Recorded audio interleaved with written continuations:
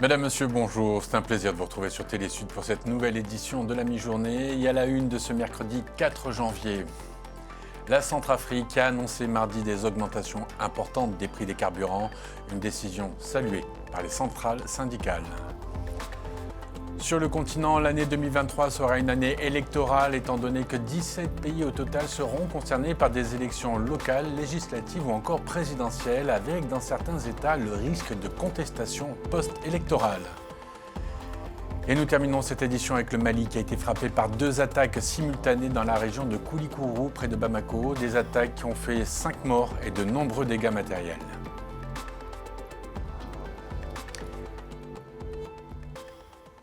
Je vous le disais, le gouvernement centrafricain a annoncé mardi des augmentations importantes des prix des carburants dans ce pays qui connaît régulièrement des problèmes d'approvisionnement en hydrocarbures. Une décision saluée par les centrales syndicales qui approuvent cette augmentation. Les explications avec Aymeric Torignon. Alors que le gouvernement a bloqué les prix du carburant à la pompe au moyen de subventions, dans les rues de la capitale, le précieux liquide se vend à prix d'or. 30 à 40% plus cher que dans les stations-service. Les vendeurs à la sauvette prolifèrent et inondent illégalement le marché. Ce qui n'est pas sans conséquence sur l'économie du pays et le bien-être des Centrafricains. Le bilan dans les stations-service a favorisé la montée du commerce illicite des hydrocarbures.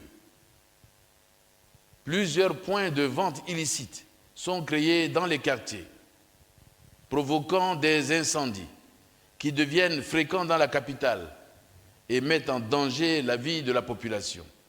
Face à la situation, le syndicat des travailleurs de la plateforme Triomphant a appelé à une levée des subventions du gouvernement et l'augmentation des prix des produits pétroliers dans les stations-service. Une décision qui, selon ce regroupement syndical, permettra de réduire considérablement la pénurie de carburant que vit le pays et par la même occasion facilitera la lutte contre la prolifération des vendeurs d'essence à la sauvette. Face à ce fléau très inquiétant, les centrales syndicales représentatives et dynamiques, amis de la paix retrouvée de la plateforme Triomphant, marquent leur accord pour que le prix à la pompe soit revu à la hausse et de donner la chance de se servir librement à la station en évitant la vente du carburant dans les quartiers, domaine inapproprié de protection du capital humain, matériel et économique. Mardi, le gouvernement de la RCA, par un décret à son corps défendant, a annoncé l'augmentation des prix à la pompe. L'essence passe de 865 francs CFA à 1300 francs CFA le litre, tandis que le gasoil augmente de 855 francs CFA à 1450 francs CFA le litre. Une décision saluée par le syndicat de la plateforme Triomphant. Les centrales demandent humblement aux travailleurs d'accepter cette augmentation pour que les transports pour aller au travail soient libres et accessibles à tous. Après cette hausse des prix des produits pétroliers à la pompe, les stations-service du pays pourront être approvisionnées régulièrement pour rendre l'essence disponible dans tous les lieux de vente agréés.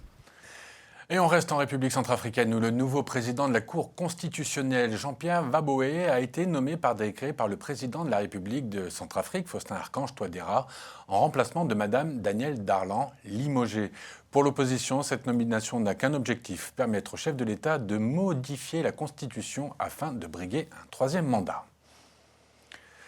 Nous entrons dans cette année 2023 avec un agenda électoral bien chargé en Afrique. Entre les élections locales, législatives et les présidentielles, au total, 17 pays vont connaître des rendez-vous électoraux. Coup de projecteur sur la République démocratique du Congo, le Nigeria et le Zimbabwe avec Mathieu Nicolas. 17 élections, dont 8 présidentielles en Afrique. 2023 sera une année électorale chargée sur le continent. Et qui dit année électorale dit risque d'instabilité et de contentieux post-électoral dans plusieurs pays. Si le Bénin commence l'année sur les chapeaux de roue avec les législatives dès le 8 janvier, les yeux des spécialistes seront bien rivés sur le Nigeria voisin. Prévu fin février, la présidentielle débutera après une longue campagne de 5 mois. Le pays traverse une grave crise et les élections au Nigeria sont souvent une source de tension en raison des fraudes, des achats de voix ou bien encore l'intimidation des électeurs. Le risque de contestation post-électorale n'est pas à ignorer. En septembre dernier, les candidats à la présidence nigériane avaient signé des accords pour des élections apaisées. Le premier accord de paix qui a été conclu aujourd'hui engage tous les partis politiques, les candidats à la présidence et leurs porte-parole à mener des campagnes présidentielles et des rassemblements pacifiques, sans violence, sans incitation et sans intention personnelle, mais aussi à se définir par des questions importantes pour le développement national. La RDC, elle aussi, devra élire un nouveau président en 2023. Le scrutin est prévu officiellement le 20 décembre. L'enrôlement des électeurs a commencé, mais pas sur toute l'étendue du territoire à cause des violences à l'Est. Le chef de l'État, Félix Tshisekedi, a déjà annoncé être candidat à sa réélection et tient à respecter le délai électoral. Mais beaucoup craignent qu'une élection organisée dans la précipitation ne porte les germes d'une contestation post-électorale. Contentieux électoral dont les conséquences sont difficiles à prévoir. Au Zimbabwe, les élections générales sont également attendues en 2023. Le président zimbabwéen Emmerson Mnangagwa représentera le parti au pouvoir depuis 42 ans lors des élections générales. En 2018, il avait été élu, mais beaucoup jugent son élection frauduleuse, notamment son principal rival, Nelson Chamisa. Des violences post-électorales avaient fait au moins 6 morts. Élu, Emmerson Mnangagwa avait promis de tourner la page de 37 ans d'un règne tenu d'une main de fer par Robert Mugabe. Mais il est régulièrement accusé de vouloir museler toute voix dissidente. Gabon, Libéria, Madagascar font partie de la longue liste des pays dont les électeurs iront aux urnes cette année. En revanche, les élections générales ont déjà été formellement repoussées au Soudan du Sud. Elles n'auront pas lieu cette année et la transition a été prolongée de 2 ans, soit jusqu'en 2024.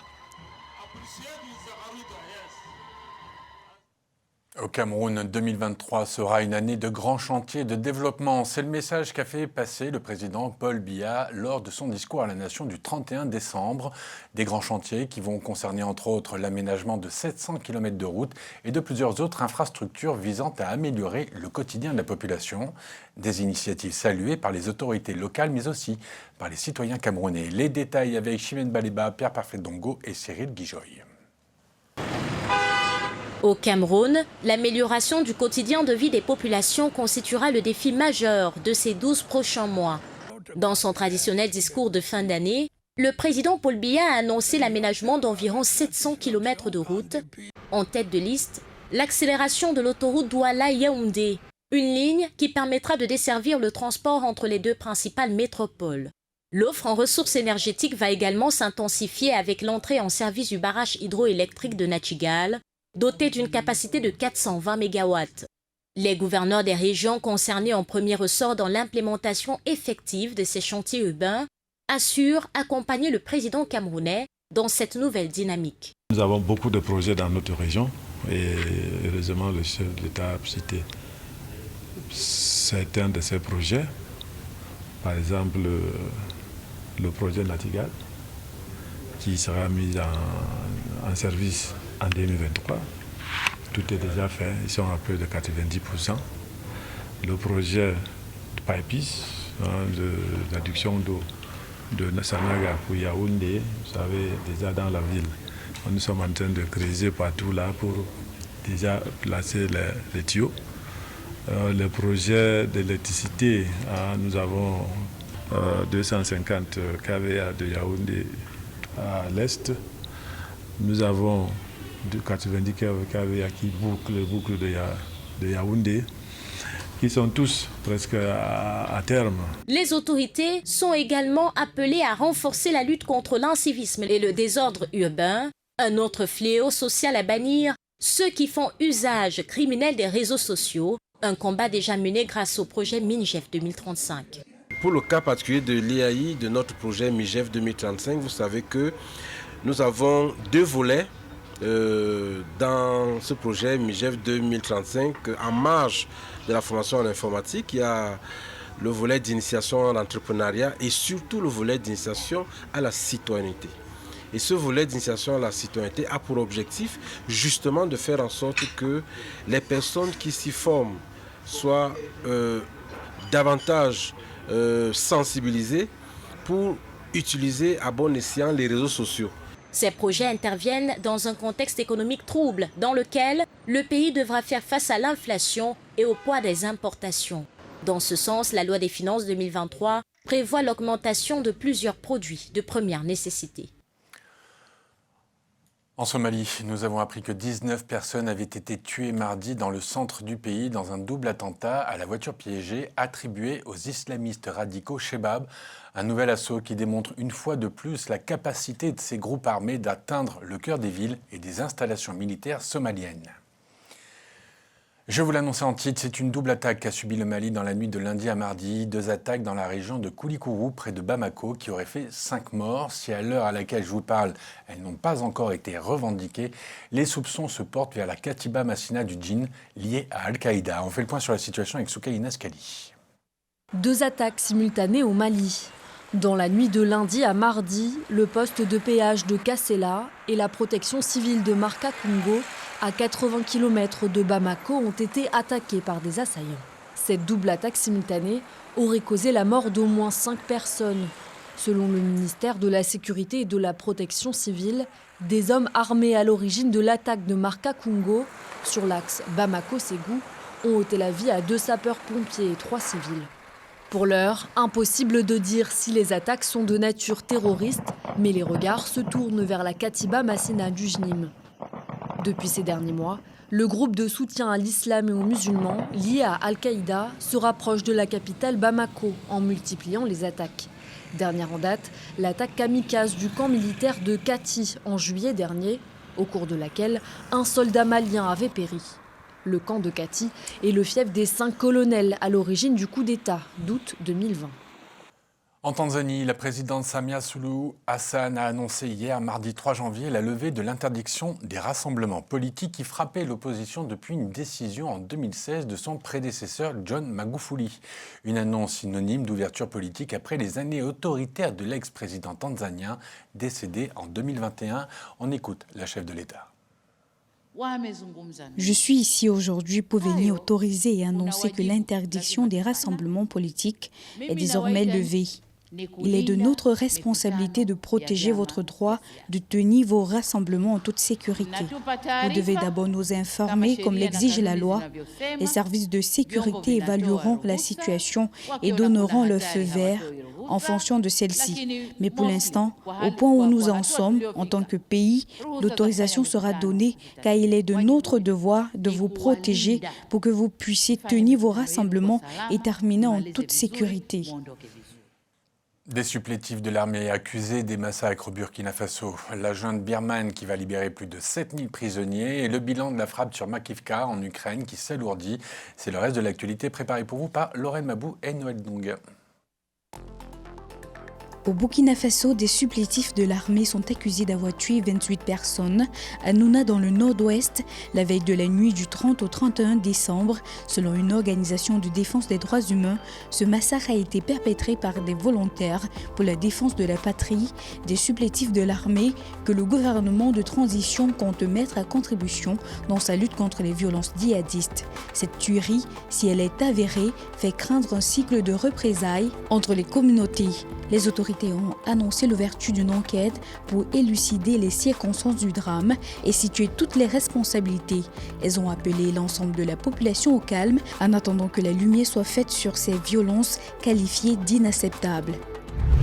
La junte birmane va libérer plus de 7000 prisonniers pour le 75e anniversaire de l'indépendance du pays, sans préciser si l'amnistie inclurait des personnes emprisonnées dans le cadre de la répression contre la dissidence. Un défilé militaire dans la capitale, aux allures de démonstration de force, est prévu ce mercredi. La libération des prisonniers intervient quelques jours après la condamnation de l'ex-dirigeante civile, Aung San Suu Kyi, à une nouvelle peine de prison.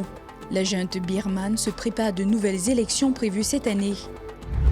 En Ukraine, le bilan de la frappe sur des conscrits russes à Makivka est passé à 89 morts. Le premier bilan faisait état de 63 morts. Le chiffre a été revu à la hausse après la découverte de nouveaux corps dans les ruines d'un bâtiment visé par une frappe ukrainienne le 1er janvier.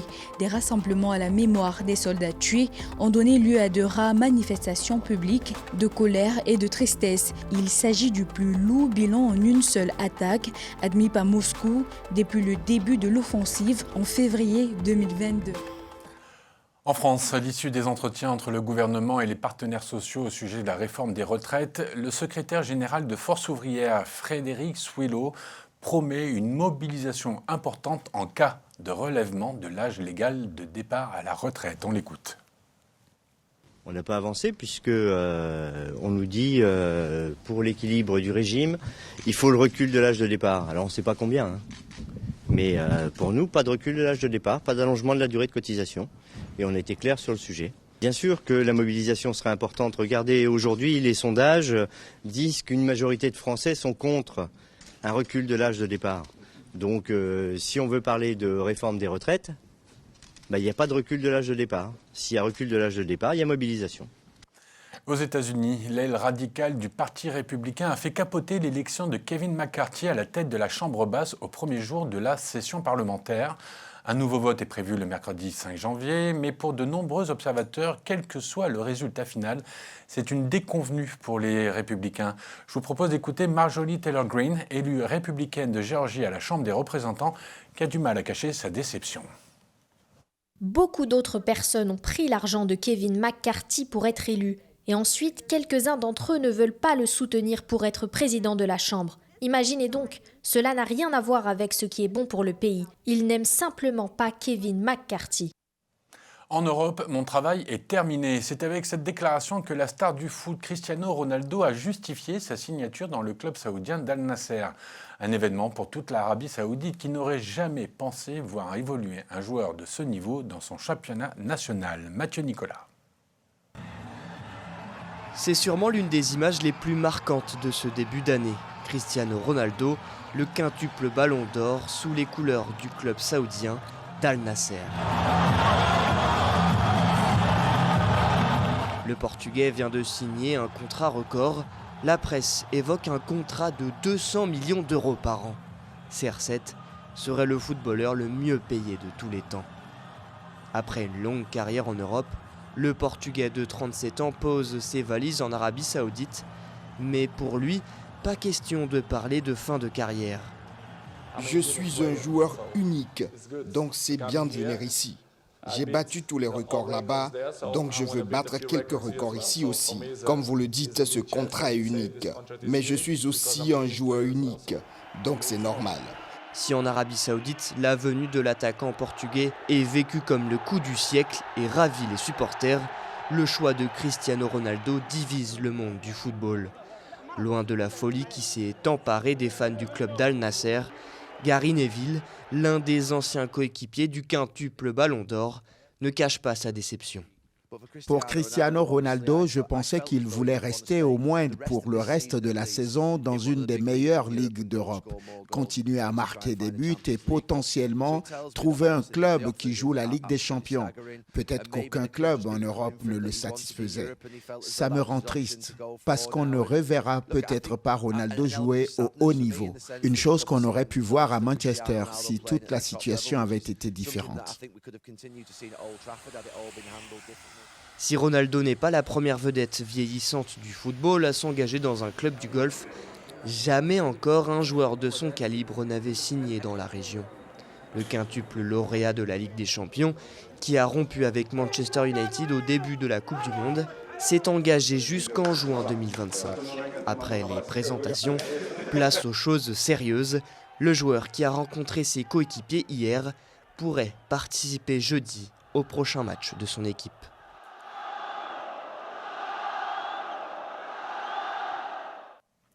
Allez, on termine cette édition avec la sublime bibliothèque de l'abbaye d'Admont, le lieu considéré comme étant le plus instagrammable d'Autriche. Fondé en 1074 dans la région de la Haute-Styrie, dans le centre du pays, ce monastère de moines bénédictins abrite depuis 1776 la plus grande bibliothèque monastique du monde.